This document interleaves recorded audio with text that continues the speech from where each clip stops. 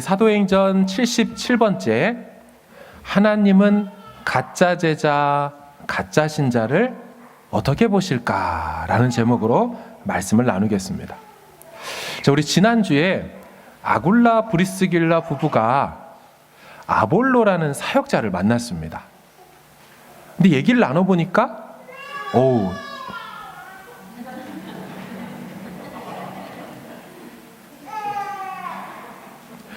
이 아볼로가 요한의 세례만 알고 있었습니다. 그 뜻은 오순절에 성령이 이 땅 가운데 드디어 오셨다를 몰랐던 것이죠. 그러니까 예수님을 전하긴 했지만 사실은 그 오순절 얘기까지는 하지 못했죠. 그래서 아굴라 브리스길라 부부가 아볼로를 데려다가 아직 업데이트되지 않은 복음을 완전하게 알려줬습니다. 자, 그러자 이 아볼로 사역자가 아가야로 건너가겠다고 했고, 그래서 형제들이 그를 격려하며 보내주었습니다. 자, 오늘 본문은 이 아볼로가 아가야로 건너간 다음에 드디어 사도 바울이 에베소로 도착하는 내용이 담겨 있습니다. 우리 1절을 한번 읽어보겠습니다. 시작. 아볼로가 고린도에 있을 때에 윗지방으로 다녀 에베소에 와서 어떤 제자들을 만나. 아멘. 자, 지난주 본문에는 아볼로가 아가야로 건너가고자 했다는데 오늘 본문에는 아가야에 어디로 갔는지가 정확히 나오죠. 그렇죠? 고린도에 갔다는 걸 확실히 알 수가 있습니다. 자, 그런데 바울이 이동하는 경로가 오늘 본문에 나옵니다. 윗지방으로 다녀 에베소에 왔다. 윗지방이라고 말하는 걸 봐서 또 다녀라고 할 때 이렇게 움직이는 경로를 봐서 남갈라디아 지방, 또 부르기아 지방, 그리고 카이스터 강 계곡을 따라 움직였던 것으로 보입니다. 우리 지도를 좀 보여주실까요? 오른쪽에 있는 수리아 안디옥에서 3차 전도 여행을 다시 떠났죠. 그리고 그 위에 왼쪽으로 되어 있는 이 빨간 점들이 길리기아 다소라는 우리 바울의 고향부터 해서 더베와 루스드라, 이고니온, 그런 다음에 비시디아 안디옥까지 왔다가, 자, 왼쪽인 서쪽을 향하여서 갈 때 중간에 노란색 점 3개는 제가 적어드린 대로 히에라폴리스, 라오디게아, 골로세, 이 세 도시가 근처에 다 모여 있습니다. 자, 거기를 또 지나서 이제 에베소까지 이렇게 왔다는 겁니다. 저 거리가 무려 약 2,400km니까 저 위에 북쪽 끝에서부터 우리 남쪽까지 뉴질랜드 쭉 온 게 2,000km라 그랬잖아요. 그거보다 더 먼 거리를 이동해 온 것입니다. 때는 주후 52년 늦은 여름쯤에 에베소에 도착했습니다. 근데 에베소에 도착했더니 이게 웬일입니까? 제자들이 있는 거예요. 이 바울 입장에서는 제자들을 만나니까 너무 반가웠을 겁니다. 근데 그 제자들과 좀 대화를 나누고 교제를 하다 보니 이 제자들에게 뭔가 이상하다라는 것을 바울이 느꼈던 것 같습니다. 자, 그래서 어떻게 합니까? 질문 하나를 던집니다. 자, 본문 보면은 2절에 너희가 믿을 때에 성령을 받았느냐? 여러분, 이런 질문을 우리가 신앙생활하면서 보통 옆 사람에게 하는 경우가 있습니까? 집사님, 믿을 때 성령 받으셨어요? 여러분, 우리가 목장에서 일반 교제할 때 이런 말을 잘 안 합니다. 이 내용은 한마디로 요약하면 당신 예수 믿습니까? 이런 뜻이에요. 당신 진짜 제자 맞습니까? 이런 뜻이에요. 굉장히 본질적이고 중요한 내용을 묻죠. 그만큼 이상하게 느꼈다는 겁니다. 자, 이들의 대답이 충격적이죠. 자, 우리 2절 한번 같이 읽어볼까요? 시작. 이르되 너희가 믿을 때에 성령을 받았느냐? 이르되 아니라 우리는 성령이 계심도 듣지 못하였노라. 아멘. 우리는 성령이 계시는지도 들어보지 못했습니다. 그럼 이게 말이 됩니까? 제자라는 사람들이 성령이 계신 줄도 아예 모르고 있으니 받을 리는 만무하는 거죠. 없는 거죠. 여러분, 이들이 제대로 믿었다는 얘기예요? 안 믿었다는 얘기예요? 제대로 안 믿었습니다. 바울이 그래서 두 번째 질문을 합니다. 3절을 읽어볼까요? 시작. 바울이 이르되 그러면 너희가 무슨 세례를 받았느냐? 대답하되 요한의 세례니라. 아멘. 세례를 받긴 받았다는데 세례 요한이 주는 세례를 받았습니다로 딱 끝났어요. 여러분, 지난주 본문 같은 상황이 또 펼쳐진 거 아닙니까? 우리 아볼로라는 사람도 아굴라 부부가 만났을 때 어떤 대답을 했습니까? 자, 25절 지난주 18장 보세요. 그가 일찍이 주의 도를 배워 열심히 예수에 관한 것을 자세히 말하며 가르치나 요한의 세례만 알 따름이라. 그러니까 여기 지금 오늘 에베소에도 이 아볼로 같은 사람이 또 있다, 이 말을 하는 것입니다. 근데 여러분, 이들은 상황이 더 심각합니다. 아볼로보다. 왜냐하면 바울이 그 뒤에 보면 이 사람들에게 주 예수를 믿으라 하면서 예수님을 알려주고 있어요. 그리고 이들이 예수님을 믿겠다고 하자 세례까지 베풀어 줍니다. 우리 4, 5절을 읽어보겠습니다. 시작.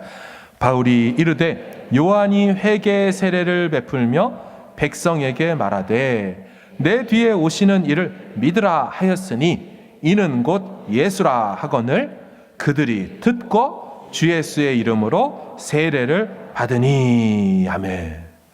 여러분, 지난주에 아볼로는 그 아굴라 브리스길라 부부가 불러가지고 예수 믿으라고 하는 장면이 없어요. 이 말은 아볼로는 예수를 믿고 있었기 때문이죠. 아볼로에게 세례 베푸는 장면도 없어요. 그러니까 아볼로는 예수님을 알고 믿긴 했지만 오순절의 성령원 사건 그것만 몰랐을 뿐이지 이 정도로 심각한 사람은 아니었다라는 것이죠. 근데 지금 이 사람들은 어떻게 된다는 거예요? 주 예수를 믿으라, 세례도 받아라. 여러분, 우리가 누구에게 얘기할 때 예수님 믿으세요, 그리고 예수님 믿었으면 세례도 받으셔야 됩니다, 누구한테 그런 말을 해요? 믿음이 연약한 사람한테 이런 말을 해요? 아예 믿음이 없는 사람한테 얘기를 해요?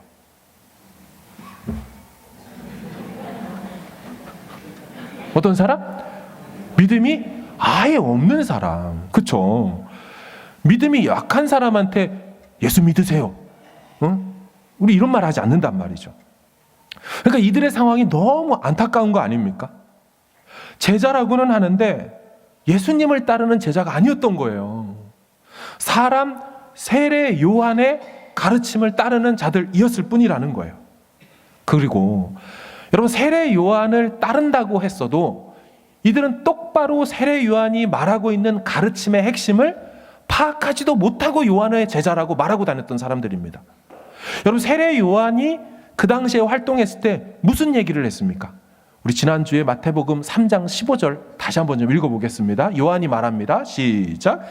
나는 너희로 회개하게 하기 위하여 물로 세례를 베풀거니와 뒤에 오시는 이는 나보다 능력이 많으시니 나는 그의 신을 들기도 감당하지 못하겠노라. 그는 성령과 불로 너희에게 세례를 베푸실 것이요. 아멘. 세례 요한이 분명히 내 뒤에 오시는 분이 있고 그분은 성령과 불로 세례 준다 했죠. 그럼 이들은 세례 요한의 제자라면, 가르침을 배웠다면 어떻게 성령이 계신 줄도 우린 몰랐다라고 얘기할 수 있습니까? 세례 요한의 핵심 메시지가 여기 적혀 있잖아요. 가르침의 내용, 성령과 불 얘기했잖아요. 근데 이 사람들 하는 말, 우리는 성령이 계심도 듣지 못했는데요. 지금 이들의 영적인 상태와 영적인 현 주소가 어떤지 보이죠? 제자라는 타이틀을 가졌지만 예수님의 제자도 아니고 세례 요한의 제자이며, 그렇다면 세례 요한의 가르침이나 똑바로 들었냐? 그것도 아니라는 것이죠. 성령이 계시는 줄도 들어본 적도 없다라고 말합니다. 여러분, 이들이 성령이 계심을 듣지 못했다라는 말은 사실 또 성경적 배경도 굉장히 부족하다는 걸 의미합니다. 왜냐하면 구약 성경을 알았다면 나중에 보면 이들이 유대인일 확률이 굉장히 높거든요. 근데 여러분, 구약 성경에 보면 창세기 1장 2절부터 벌써 하나님의 영 얘기가 나오잖아요. 천지 창조할 때 하나님의 영이 수면 위에 운행하고 다니신다 말했어요. 그리고 구약의 수많은 내용들 속에 여호와의 신, 주의 영, 하나님의 영, 수없이 선지자를 통해서 많이 얘기해 놨습니다. 그런데 기껏 이 사람들이 하는 말, 우리는 성령이 계신 줄도 듣지도 못했는데요. 이 사람들은 원래부터 제대로 된 제자가 아니었다라는 겁니다. 오늘 본문을 볼 때요, 많은 주석가들과 설교자들이 입을 모아 하는 얘기가 있습니다. 오늘날 교회 안에 이 같은 사람들이 있다라는 진단 말씀입니다. 그러니까 제자라고는 하는데 신방을 가보거나 우리가 성도의 교제를 나눠보면 그 사람의 입속에서 마음속에서 나오는 얘기들이, 인생의 가치관들이 뭔가 이상한 사람들이 교회 안에 있다라는 거죠. 여러분, 제자라면 누군가를 쫓거나 무언가를 따라가는 사람들을 제자라고 하지 않습니까? 제자의 다른 말 팔로워 아닙니까? 그래서 그 사람이 뭐를 따르고 뭐를 쫓고 있는가 하고 봤더니 예수님을 따르는 사람이 아닌 것을 보게 되는 경우가 있다는 거죠.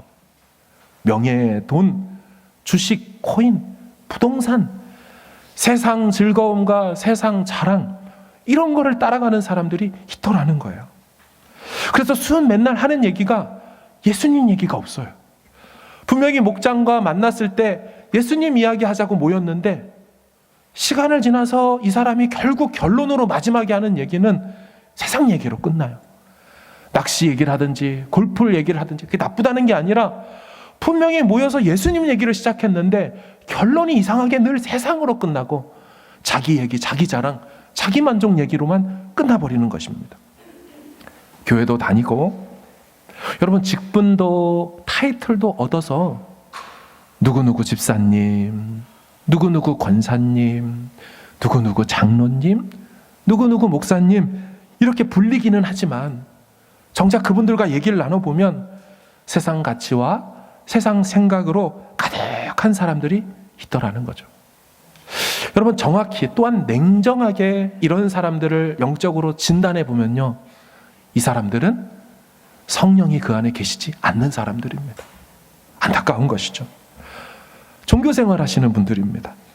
교회를 일요일이니까 가는 사람들, 때가 되니까 가는 사람들, 신앙생활이라고 하는 것이 없고 그냥 종교생활로서 일요일날 몇 시부터 몇 시까지 교회 갔다가 다시 돌아오면 원래 모습 그대로 똑같이 살아가는 사람들, 아직 은혜를 모르는 분들입니다.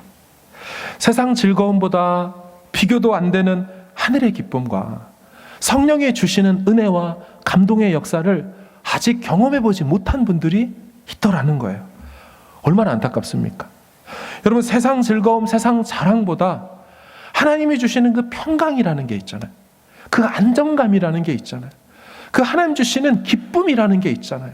구원에 대한 소망이라는 게 있잖아요. 그렇게 성령께서 주시는 것들이 마구 있는데 이걸 경험해보지 못한 사람, 성령이 계시는지도 모르는 사람들 있더라고 말하는 것입니다. 사랑하는 여러분, 우리 예수님 제대로 믿고 신앙생활할 수 있기를 주의 이름으로 축원합니다. 교회를 다니는 것이 아니에요. 예수님을 주로 믿고 신앙생활할 수 있기를 바랍니다. 교회를, 예배를 보러 오는 사람들, 영화 보러 가자, 돈 얼마 내고 그냥 쭉 수동적으로 앉아서 영화 보듯이 예배를 쭉 보다 가는 사람들이 아니라 예배하는 사람들, 정말 예배하며 주의 은혜와 영광을 몸소 배웁고 가슴에 그 하나님의 가치와 은혜들을 가득 담고 가는 그런 신앙생활 말입니다. 교회 와서 점심만 먹고 가는 게 아니라 하늘 양식, 그 영의 양식 만나를 먹고 가기를 주의 이름으로 축복합니다. 여러분, 에베소에 있는 이 제자들은요, 이름만, 무늬만 제자였지 제자가 아니었어요. 가짜 제자, 가짜 신자들이었습니다. 오늘 설교 제목이 하나님은 가짜 제자, 가짜 신자를 어떻게 보실까? 여러분이 하나님이라면 어떻게 보실 것 같아요? 교회 안에 가짜 제자와 가짜 신자가 있다면 어떻게 여러분이 하나님이라면 보여주시겠어요? 제가 본문을 한 주간 묵상하고 기도하면서 있는데 처음에는 제 마음에 막 이 본문을 볼 때 책망하는 마음이 드는 거예요. 아니, 이 사람들이 제자야? 이런 마음이요. 이런 사람을 성도라고 할 수 있나? 자기들끼리 제자라고 몰려다니면서 기껏 하는 얘기들, 도대체 얼마나 이러고 살았던 거야? 하는 이들을 바라볼 때 제 마음에 막 책망하는 마음이 드는 거예요. 그런데 이게 계속 본문을 기도하고 묵상하다 보니까 점점 본문을 보는 제 관점이 바뀌어지더라고요. 하나님의 관점으로 달라지는 것을 경험했습니다. 제 좁은 마음과 이 작은 시야를 가지고 볼 때는 이 사람들에 대한 비난과 막 책망의 모습으로 보였지만 하나님의 관점으로 보니까 전혀 다르게 이 장면이 보이더라는 거예요. 사랑하는 여러분, 지금 이렇게 살고 있는 이들에게 오늘 본문에 보면 선교사 하나를 보내시는 하나님의 손길이 보이십니까? 응? 지금 이렇게 살고 있는 것이 성령의 역사도 모르고 자기들끼리 모여서 있고 있는 이 사람들, 근데 그것이 참 신앙인 줄 알고 착각하고 살고 있는 그들에게 하나님이 한 사람을 2400km를 이동시켜서 그들을 향하여 보내고 계시는 이 하나님의 마음이 보이냐는 거예요. 제가 본문을 보는데 이게 보이더라고요. 이 사람들을 탓할 게 아니라 그런 안타까운 인생들을 향하여 그 한 사람을 움직여서 보내고 계셔서 결국 거기서 만나게 하시는 그 하나님의 마음. 이렇게 찾아온 사람이 누구라 그랬어요? 사도 바울이죠. 사도 바울. 그 먼 거리를 마다하지 않고 온 지방들을 헤매고 다녀서 이 에베소에 도착하더라는 거예요. 여러분, 지난번에 보셨죠? 바울이 자기가 어떤 상황이 되어야 다시 에베소로 돌아올 수 있겠다라고 말하고 에베소를 떠났어요? 어떤 상황이 돼야 돼요? 오늘 본문을 다시 보겠습니다. 18장 21절이에요. 시작. 작별하여 이르되 만일 하나님의 뜻이면 너희에게 돌아오리라 하고 배를 타고 에베소를 떠나. 자, 어떻게 돼야 자기 다시 돌아온다는 거예요? 하나님의 뜻이면 돌아온다라고 했는데 지금 돌아온 걸 보면 무슨 뜻입니까? 하나님의 뜻이었다라는 거죠. 그 하나님의 뜻은 그럼 뭐라는 거예요? 여기 제자라는 이름만 가지고 사람 중심으로 모여 있고 성령의 계심도 알지 못하고 그렇게 살아가는 그들을 향한 하나님의 뜻이 있었으니 보내주셨다, 이거 아니겠습니까? 그들에게 주 예수 그리스도를 전하라고 말하고 그들에게 성령이 누구신지 알리기를 위하여서 그게 하나님의 뜻이었기 때문에 바울을 보내주시고 허락해서 드디어 에베소에 왔다라는 얘기죠. 사랑하는 여러분, 이들이 이 에베소에서 이런 식으로 살고 지낸 기간이 얼마나 됐을까요? 질문을 좀 바꾼다면 이들이 세례 요한의 가르침을 받은 때가 얼마나 지났을까요? 여러분, 세례 요한은 언제 활동했던 사람입니까? 예수님이 공생에 3년을 하셨다고 할 때 예수님 공생에 처음에 등장했던 사람입니까? 마지막까지 등장했던 사람입니까? 처음이죠. 요단강에서 회개하라, 천국이 가까웠느니라, 그렇게 회개의 세례를 베풀었던 건 처음입니다. 나중까지 못 갔던 이유는 아시죠? 헤롯이 세례 요한의 목을 그렇게 순교시켰단 말이에요. 그러니까 그 뒤에는 세례 요한이 없단 말이죠. 아주 초기예요. 여러분, 예수님이 공생의 사역을 30세쯤 시작했다고 성경이 말하고 있습니다.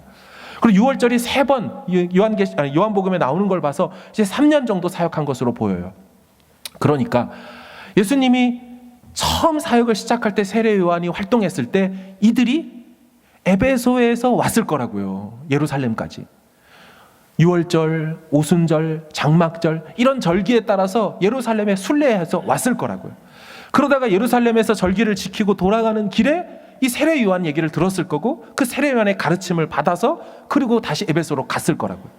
여러분, 그렇다면 시간이 얼마나 지난 거예요?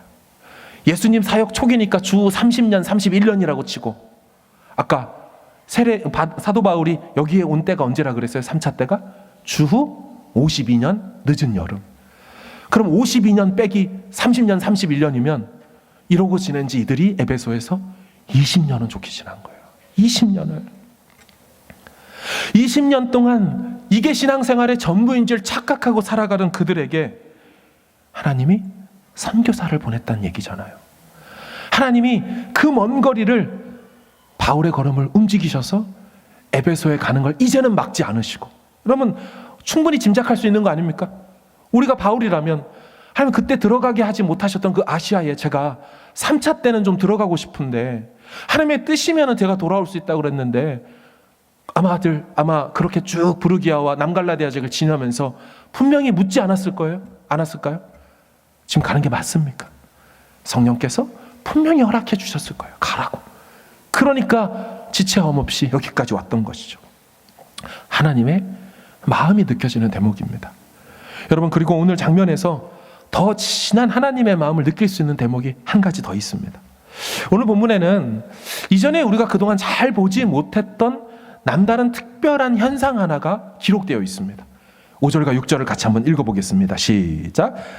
그들이 듣고 주 예수의 이름으로 세례를 받으니 바울이 그들에게 안수함에 성령이 그들에게 임하심으로 방언도 하고 예언도 하니. 아멘.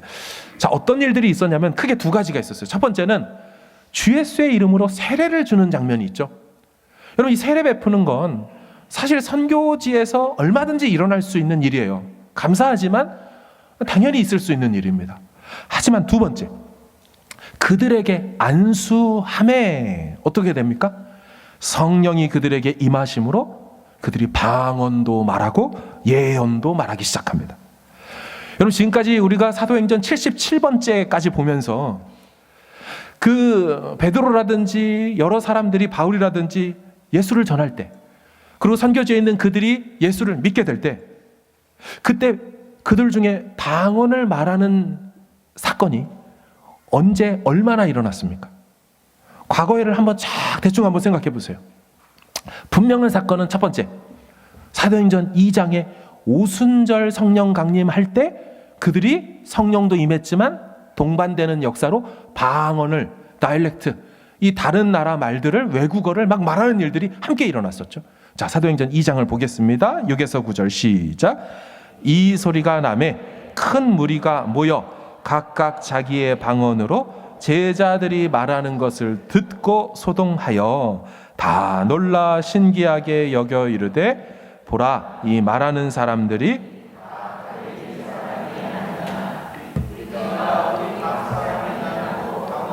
듣게 되는 것이 어찌 됨이냐. 우리는 바데인과 메데인과 엘람인과 또 메소보다미아, 유대와 갑바도기아, 본도와 아시아, 이러면서 블라블라 하면서 15개국이 나온단 말이에요. 그렇죠. 분명히 오순절 때 성령이 임하면서 배우지 않았던 다른 나라 외국어 말을 막 하면서 하나님의 큰일이신 복음을 막 전하는 장면이 나왔어요. 그리고 또 기억나는 게 있습니까? 예수 믿는 여러 사건 중에 방언과 함께 성령이 임할 때 같이 나온 거, 사도행전 10장입니다. 10장. 이방인 백부장, 로마 사람인 고넬료와 그 가정에게 베드로가 복음 전할 때 그냥 그들이 예수님만 믿었다, 세례 받았다 하지 않아요. 예수를 믿을 때 성령이 부어졌다, pour out, 부어졌다 하면서 방언을 말하기 시작합니다. 자, 10장 45 시작. 베드로와 함께 온 할례 받은 신자들이 이방인들에게도 성령 부어 주심으로 말미암아 놀라니, 이는 방언을 말하며 하나님 높임을 들음이러라. 아멘. 그렇죠. 이 두 번째 장면으로서 고넬료에게 성령과 방언이 동반되어 나타납니다. 자, 그리고는요, 없습니다. 지금까지 선교사 베드로, 선교사 바울이 열심히 복음 전했지만 성경은 선교지에 있던 사람들이, 불신자들이 예수를 믿는 것은 많이 있었어요. 그렇죠? 믿는 사람이 많대 있었어요. 하지만 방언을 말했다, 이것을 보고한 적이 없습니다. 자, 정리하면 사도행전에서 복음을 전할 때 성령이 임하거나 부어질 때 방언을 말했다고 하는 장면은 딱 3번밖에 통틀어서 안 나옵니다. 그 뒤를 봐도 없어요. 이제 그 첫 번째가 오순절로서, 이건 드디어 예수께서 또 구약에서 말씀하신 성령이 역사 속에 공식적으로 처음으로 임하도다를 가시적으로 알고 보여지게 하기 위하여 방언의 역사가 같이 나타난 거예요. 그렇죠? 그리고 두 번째는 사도행전 10장의 대상이 누구였어요? 아까 2장은 유대인이었죠.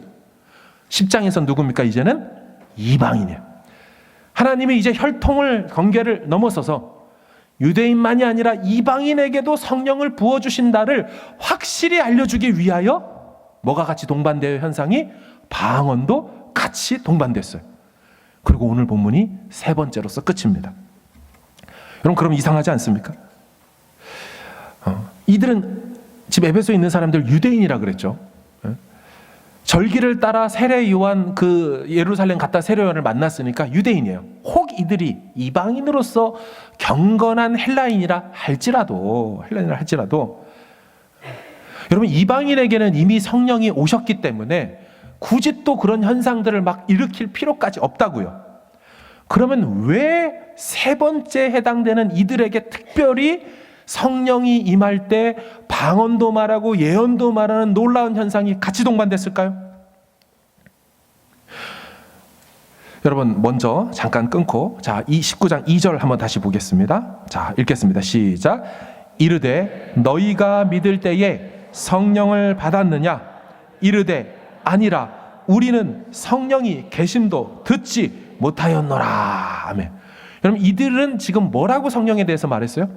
우리는 계시는지도 몰랐다라고 말했죠. 그랬더니 하나님이 예수를 믿자 어떻게 해주셨다는 얘기예요? 방언과 예언을 통하여 성령이 확실히 계시고 성령이 확실히 너희들에게 임했다를 그 현상으로 보여주고 있는 장면이죠.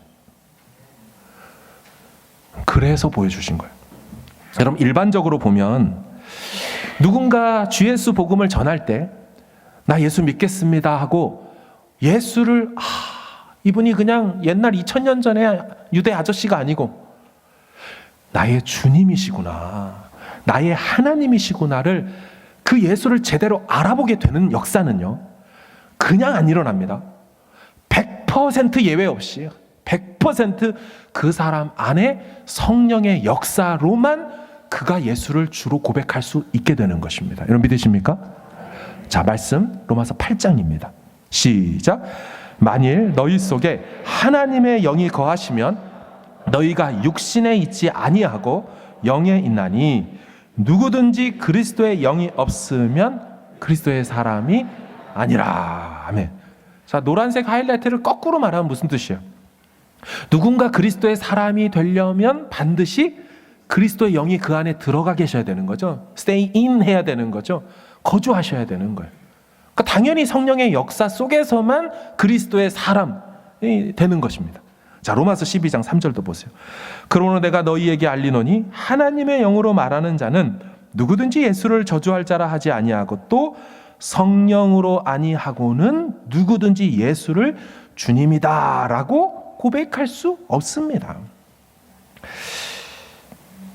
그런데 여러분, 모든 사람들에게 100% 방언과 예언의 역사가 성령이 임할 때 일어나는 게 아니라는 것을 지금 이 말씀으로 지금 보고 있는 거죠.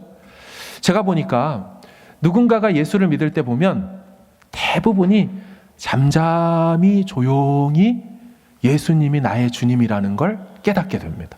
성령이 내밀히 그 안에서 바꿔주셔서 그 고백을 하게 돼요. 혹은 그 십자가의 사랑, 하나님이 어떻게 아들을 나 같은 사람을 위해서 내어주셨는지가 막 그 사랑이 느껴져서, 십자가에 달려 돌아가신 예수님의 그 고통과 나를 사랑하심이 느껴져서 눈물과 함께 예수를 주로 고백하는 일도 있습니다. 하지만 오늘 본문처럼 모두에게 다 이와 같은 현상과 함께 예수 믿는 것은 아니라는 거죠. 따라서 오늘 본문은 굉장히 예수 믿을 때 잘 나타나지 않는 드문 현상, 아주 레어한 케이스라는 것입니다. 사도행전에 딱 3번밖에 없는 것.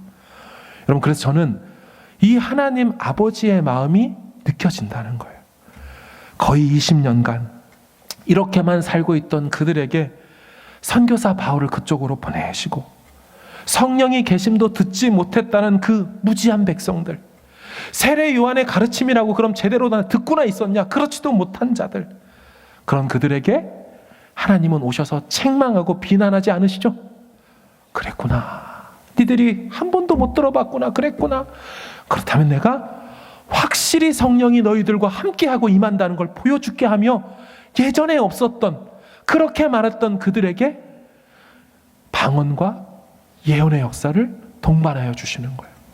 사랑하는 여러분, 방언을 하게 되면 뭐가 바뀌는 것입니까? 어느 부분이? 생각이 바뀌는 게 아니죠. 방언을 한다는 얘기는 입술의 고백이 달라지는 거죠. 다른 말을 하는 거예요. 그렇죠? 예언을 한다는 것도 갑자기 입에서 다른 계시를 말하는 것을 말해요. 근데 이 사람들이 이 같은 입으로 조금 아까 뭐 얘기했어요? 성령이 계심도 듣지 못했다는 그 입술의 고백을 이제는 오늘 이 사건 이후로 이들의 입술의 고백이 뭘로 바뀌어요? 성령은 확실히 계시더라. 성령이 반드시 일하시더라. 여러분, 완전히 그 입술의 고백을 성령 들어보지도 못했는데 이 사람들을 바꾸셔서 성령은 계시고 내주하시고 역사하시고 배우지 않던 말도 하게 하시고 알 수 없던 비밀한 예수 그리스도의 계시를 말하게 하더라 하며 이들의 인생을 그 뒤로 그 입술을 바꾸셔서 모른다는 입술을 바꾸셔서 나 예수 확실히 알고 나 하나님 확실히 경험했고 성령의 역사도 분명히 체험했다며 그 뒤로 진짜 이름만 제자가 아닌 진짜 제자 예수의 사람들로 바꿔내시는 줄로 믿습니다. 여러분, 이게 하나님 아버지의 마음을 지금 다 담아놓은 거잖아요. 오늘 본문이. 사랑하는 여러분, 이 같은 성령의 역사가 우리 교회와 가정 안에 풍성히 있길 주의 이름으로 축원합니다. 아직 우리 중에 무늬만 성도인 분들이 계실 수가 있어요. 교회 다니시는 분들, 예배 보러 오시는 분들, 교회 밥 먹으러 오시는 분들이 있을 수가 있어요. 여러분, 이분들 굉장히 귀한 분들입니다. 이미 먼저 예수님을 믿었던 분들, 성령의 기쁨과 성령과 동행하며 사시는 분들은 이분들을 귀하게 보셔야 돼요. 비난하거나 책망하거나 그렇게 볼 게 아니라 귀하게 보셔야 돼요. 왜 그래요? 하나님이 이분들을 위하여 아들 예수를 보내셨어요. 하나님이 이분들을 위하여 선교사 한 분을 보내셨어요. 하나님이 그분들을 위하여 목회자들을 보내셨어요. 하나님이 그분들을 위하여서 브리스길라 아굴라 같은 부부들을 옆에 붙여놓고 같이 목장에서 앉혀놓으셨어요. 얼마나 귀한 분들입니까? 얼마나 귀한 분들. 여러분, 그런가 하면 오늘 이 말씀은 예수도 성령도 모르는 사람들에게 해주시는 말씀이기도 하지만 또한 동시에 이미 예수를 믿었지만 어쩌면 그 믿음이 약해지고 주저앉은 분들, 그 뜨거운 구원의 감격과 기쁨을 다 잃어버린 지 5년, 10년, 20년이나 돼버린 분들, 한때 열심히 주를 위해서 사역하고 섬기고 그 섬기는 기쁨이 누가 알아주지 않아도 있었지만 그걸 다 잃어버리고 지친 마음으로 여기 앉아있는 분들에게도 똑같이 동일하게 주시는 말씀인 줄로 믿습니다. 하나님이 바울을 보내서 그 아무것도 모르는 자들에게 오셔서 그들을 성령으로 충만하게 세우신 다음에 또 쓰시는 것처럼 지금 믿음이 약한 그분에게도 다시 성령을 충만하게 부어주셔서 다시 부인할 수 없는 하나님의 은혜가 있더라, 성령께서 나를 버리지 않으셨고 여전히 내 안에 계셨더라, 다시금 깨닫게 하시는 은혜의 역사가 있을 줄 주의 이름으로 축원합니다. 마지막으로 성경은 이렇게 된 사람들의 숫자를 보고하고 있어요. 7절을 보세요. 모두 12사람쯤 되니라. 여러분, 이들은 오늘 이 사건 이후로 예수님을 따르는 12제자들처럼 참 열심히 주의 도를 따르며 섬겼을 거예요. 그리고 이후에 이 사도 바울의 이제 다음번 본문에 보겠죠. 바울이 에베소에서 2년 이상 3년간 열심히 사역할 때 바울의 든든한 지원군들이 됐을 거라고요. 본문을 좀 살짝 볼까요? 우리 19장 9절 봐보세요. 시작. 어떤 사람들은 마음이 굳어 순종하지 않고 무리 앞에서 이 도를 비방하거늘 바울이 그들을 떠나 제자들을 따로 세우고 두란노 사원에서 날마다 강론하니라. 아멘. 유대인 회당에서 바울을 또 배척하자 회당에서 나와서 이제 두란노 서원이라는 곳으로 옮길 때 그 제자들을 따로 데리고 나와서 따로 세우고 separate, take away 이런 뜻입니다. 따로 구별해서 데리고 와서 두란노 서원에 갖다 놓고 또 가르치죠. 그런가 하면 19장 30절 보세요. 바울이 백성 가운데로 들어가고자 하나 제자들이 말리고, 요 문맥을 보면 그 바울을 막 반대하면서 찢어 죽이겠다고 난리치는 사람들의 가운데 바울이 그 연극장으로 막 들어가겠다는 걸 제자들이 나서서 말리는 거예요. 스승을 말리는 거예요. 바울 들어가면 안 된다고. 바울을 보호하는 제자들. 마지막 20장 1절 보세요. 소요가 그침에 바울은 제자들을 불러 권한 후에 작별하고 떠나 마게도냐로 가니라. 여러분, 지금 이제 바울이 마게도냐로 다시 넘어가요. 에베소 교회와 에베소 사역을 누구한테 지금 맡겨놓고 지금 갑니까? 제자들에게 맡겨놓는 거예요.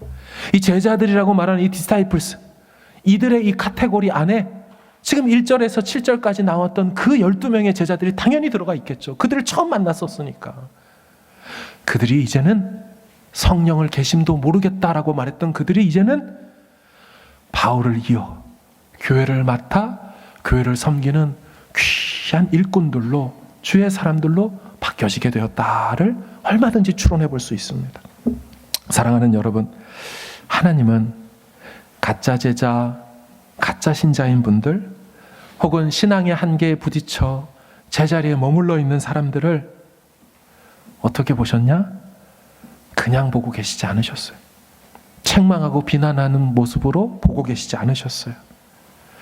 선교사 바울을 통하여 복음을 다시 듣게 하시고, 그들을 통하여 그들에게 확실히 알아볼 수 있도록 방언과 예언의 역사를 통하여 성령이 계심을 인정하고 깨닫게 해주시고, 또한 이후에 그 장면들을 뒤에 보면은 그들이 정말 이름만 제자가 아닌 참 제자로서 바울의 사역에 통역하고, 바울이 떠나도 교회를 맡아서 끝까지 감당해내는 그런 사람들로, 일꾼들로 바꿔내주셨습니다.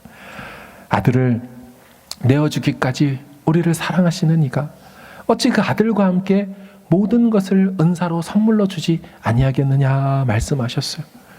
하나님이 아들을 주셨어요. 하나님이 선교사를 보내셨어요.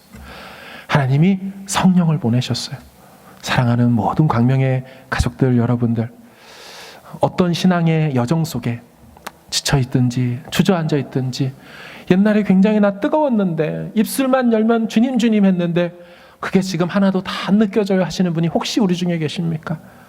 다시금 오늘 이 예배를 통하여, 이 기도를 통하여 하나님께서 우리 안에 거하신 그 성령을 부릴 듯 일어나도록 충만히 채워주실 줄로 믿습니다. 그리고 그 입술, 부정적인 말하고 나는 몰라요, 들어보지도 못했어요, 은혜 몰라요, 주님 몰라요, 성령 몰라요 했던 그 입술, 주님께서 완전히 바꾸셔서 그 입술 통하여 주의 복음 전하는, 그분 살아계신다고 마음껏 경험해서 찬송하며 나누는 귀한 주의 일꾼들로 바꿔주실 줄로 믿습니다.